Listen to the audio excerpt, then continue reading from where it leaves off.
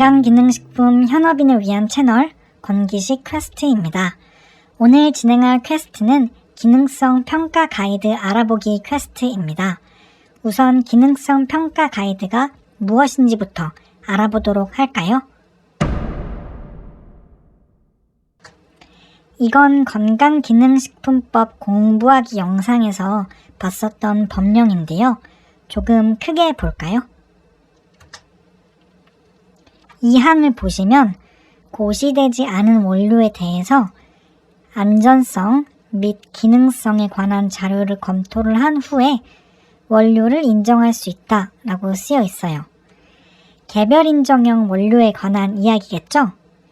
이번 시간에 주목할 건 여기 기능성 등에 관한 자료에 대한 내용인데요.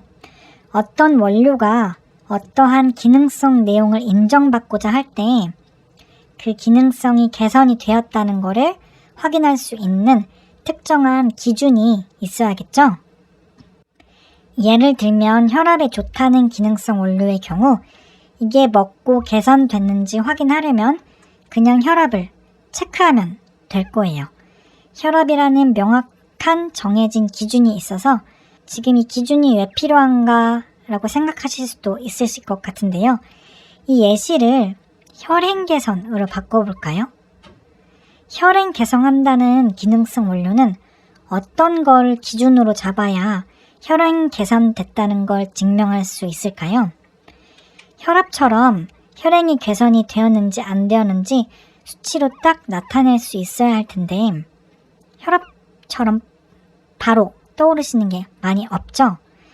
이렇게 특정 기능성에 대한 개선 여부를 뭘로 확인해야 하는지 업체들 입장에서 어려울 수가 있으니까 식약처에서 이거에 대한 기준을 잡아놓고 설명을 쭉 해놓은 게 기능성 평가 가이드라는 책자예요. 기능성 내용별로 각각의 기준이 다를 테니 당연히 기능성 내용에 따라 책자가 나뉘어져 있겠죠? 설명이 이해가 지금은 잘 안 가시더라도 좀 이따 본문 내용 보시면 바로 이해가 가실 거예요. 우선 이 기능성 평가 가이드를 어디서 받으실 수 있는지부터 보여드릴게요. 식약처 홈페이지에 법령 자료 메뉴에서 공무원 지침서 민원인 안내서 메뉴로 갑니다. 그러면 이 둘 중에 하나를 선택할 수가 있는데 민원인 안내서를 선택하고 여기 기능성 평가 가이드라고 검색하세요. 띄어쓰기 같이 해주시고요. 그럼 각각의 기능성 내용에 따른 평가 가이드를 이렇게 보실 수가 있습니다. 이 영상에선 장 건강편과 눈 건강편 두 개를 예로 들어 설명을 드리도록 할게요. 서론에 보면 평가 가이드의 정의가 이렇게 나와 있는데요. 건기식 원료를 개발하는 분들에게 기능성에 대한 기준을 알려주기 위해서 작성되었다고 쓰여 있어요.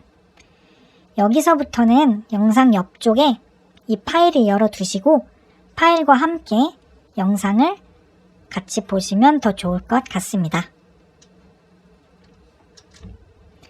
목차를 보면 방금 봤던 서론이 있고 그 다음에 일반적 사항 그리고 기능성 시험 방법으로 이어지는데요. 아무래도 진짜 본문은 여기 기능성 시험 방법이라고 볼 수 있을 것 같고요. 일반적 사항은 뒤에 나오는 이 내용과 관련된 개념들을 설명을 하면서 몸을 푸는 그런 챕터로 보시면 될 것 같습니다. 그래서 장 건강편과 눈 건강편의 2장 일반적 사항을 간단히 살펴보면 이렇게 생겼는데요. 뒤에서 나올 기능성 시험 방법과 관련된 개념들을 이렇게 설명하는 걸 볼 수가 있습니다. 가목에서는 신체 기관과 그 역할에 대한 설명이 나와 있고요. 나목에서는 특정 항목을 찝어서 조금 더 자세하게 설명하고 있는 걸 볼 수 있는데요. 여기 나목에 나와 있는 이 3가지 항목들을 눈여겨볼 필요가 있습니다. 요것들은 좀 이따 다시 보러 올게요. 여기까지가 2장 일반적 사항의 1. 개요였고요. 2장 일반적 사항의 2. 보건학적 중요성도 있습니다. 앞에 있는 개요의 내용을 요약을 하고 관련된 통계 자료를 보여주고 그 다음에 이 신체기관의 건강을 위해서 뭐가 필요한지 이렇게 짤막하게 나와 있어요. 여기까지가 2장 일반적 사항이었고요. 이제 중요한 3장 기능성 시험 방법을 보도록 하겠습니다. 3장의 기능성 시험 방법 내부 목차를 보면은 이런 식으로 정리할 수가 있는데요. 여기 지금 생소한 단어가 막 쏟아지고 있죠? 바이오마커라고요. 이게 무슨 단어인지부터 보고 넘어가야겠죠? 기능성 평가 가이드에서 가장 중요한 단어가 아닐까 싶은데요. 그대로 번역하면 생물학적 지표로 말할 수 있을 것 같아요. 아까 기능성 평가 가이드에 대해 설명드릴 때 특정 기능성에 대해서 개선이 됐는지 안 됐는지 확인할 수 있는 기준을 잡아놓고 설명을 쭉 해놓은 게 이 기능성 평가 가이드라고 말씀드렸죠. 여기에서 이 바이오마커를 그 기준으로 보고 사실상 기능성 평가 가이드의 핵심 바이오마커다라고 봐도 무방할 것 같아요. 기능성을 뒷받침할 수 있는 여러 가지 시험을 할 때 이 바이오마커를 기준으로 설정하고 시험을 진행해 볼 수 있겠습니다. 다시 돌아와서 보면 그 바이오마커로 식약처가 어떤 것들을 선정했는지 그 항목들과 그 항목들에 대한 설명이 나오고요. 그 지표들을 어떻게 측정하면 되는지에 대한 측정 방법이 나와 있습니다. 근데 여기 측정 방법에 이 3가지 항목들 아까 잠깐 봤었죠? 아까 이렇게 2장 일반적 사항에서 봤었던 요 나목 이 내용들과 지금 겹치는 내용들이에요. 장 건강, 장 면역 조절, 미생물 불균형, 그리고 황반 변성, 눈의 피로, 안구 건조증. 지금 여기 똑같이 이렇게 나온 거를 볼 수가 있습니다. 이 3장에 그대로 나와 있는데요. 이걸 통해서 앞에 일반적 사항 2장에서 한 얘기는 그냥 한 얘기가 아니고 이 3장에 나오는 바이오마커에 관련이 있어서 적어놓은 이야기라고 이제는 알 수 있겠어요. 그리고 측정 방법 자체가 지금 이런 3가지 카테고리로 나뉘어져 있는데 바이오마커의 선정에서도 이 3가지 항목이 주가 될 거라는 거를 여기서 예측해 볼 수가 있겠죠? 그래서 어쨌든 이렇게 바이오마커들을 자세히 보고서 마지막으로는 이러한 지표들을 측정할 때 유의해야 할 점들이 이렇게 나옵니다. 그럼 여기 바이오마커의 선정부터 자세히 보도록 할까요? 눈 건강편을 예로 들어서 여기 1번부터 3번까지 쭉 훑어보도록 할게요. 1번 바이오마커의 선정 중에서 연구 유형별 바이오마커부터 보도록 하겠습니다. 이제 이 표가 바이오마커를 나타내는데요. 저희가 아까 예측했던 것처럼 요 3가지 항목들을 큰 기준으로 잡고 바이오마커들이 이 기준에 따라서 나열되어 있는 것을 볼 수가 있어요. 여기 오른쪽에는 3가지 카테고리가 나뉘어져 있는데요. 여기서 인비트로는 시험관, 인비보는 동물, 휴머는 인체 시험을 말해요. 이 카테고리도 잘 봐야 하는데요. 예를 들면은 여기 쉬르머 검사라는 게 있어요. 안구 건조에 대해서 알아볼 수 있는 테스트 중 하나라고 하는데요.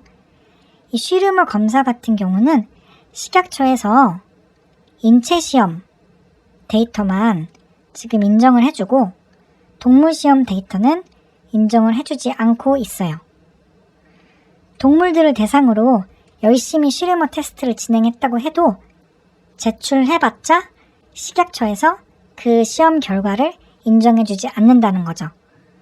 물론 개별 인정형 원료의 사업 규모가 작지 않아서 이런 간단한 실수는 당연히 없겠지만 저희 실무자 입장에선 이렇게 인체시험, 동물시험, 시험관 시험이 따로따로 바이오마커별로 인정된다라는 사실은 알아둘 필요가 있을 것 같습니다.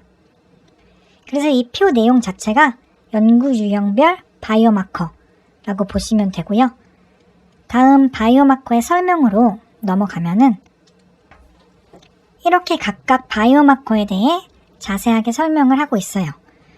여기 황반색소 밀도부터 리포푸신이 나오고 마지막 OSDI까지 쭉 설명이 나와 있겠죠? 한번 파일을 쭉 훑어보시면 좋을 것 같습니다. 그리고 이 이후에는 바이오마커의 측정 방법이 이렇게 나옵니다. 여기도 아까와 마찬가지로 방금 봤었던 이 표에 있는 바이오마커들을 대상으로 이것들을 어떻게 측정하면 되는지 나와 있는데요. 각각 바이오마커에 따라 어떠한 시험법을 이용하면 되는지 또는 설문이 필요할 경우 어떤 설문 방법을 이용하면 되는지 등이 나와 있습니다. 이것도 한번 쭉 읽어보시면 될 것 같고요. 이렇게 측정 방법이 나온 후에는 마지막으로 시험 설계 시 고려사항이 나옵니다.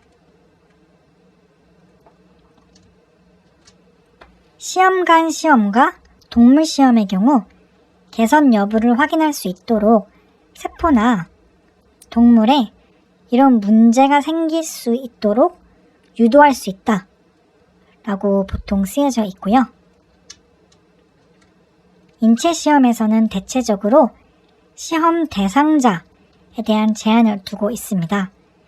예를 들면은 황반색소 밀도에 관한 기능성을 입증해야 하는 시험인데 시험 대상자가 황반 위축이 있는 자들로 구성이 되어 있다면 이 제외 기준에 의해서 식약처에서 시험 결과를 인정해주기가 어려울 거라고 예측할 수가 있겠죠. 이거 외에 시험관, 동물, 인체시험 공통으로 통계 처리에 대한 조건이 있는데요. 일반적으로 인정되는 P값이 0.05 미만일 때를 조건으로 제시하고 있습니다. 여기까지 해서 눈 건강편을 예시로 이렇게 3개 항목을 쭉 봤는데요.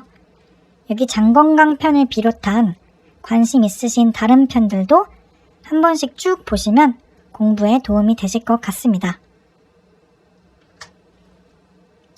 여기 다음은 참고 문헌이라서 따로 볼 거는 없을 것 같아요.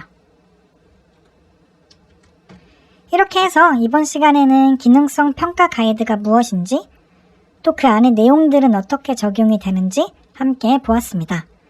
오늘 영상 내용에 대해 추가하거나 같이 나눌 지식이 있으시다면 댓글에 공유해 주시면 좋을 것 같아요. 도움이 되셨길 바라며 다음 영상에서 또 뵙도록 하겠습니다.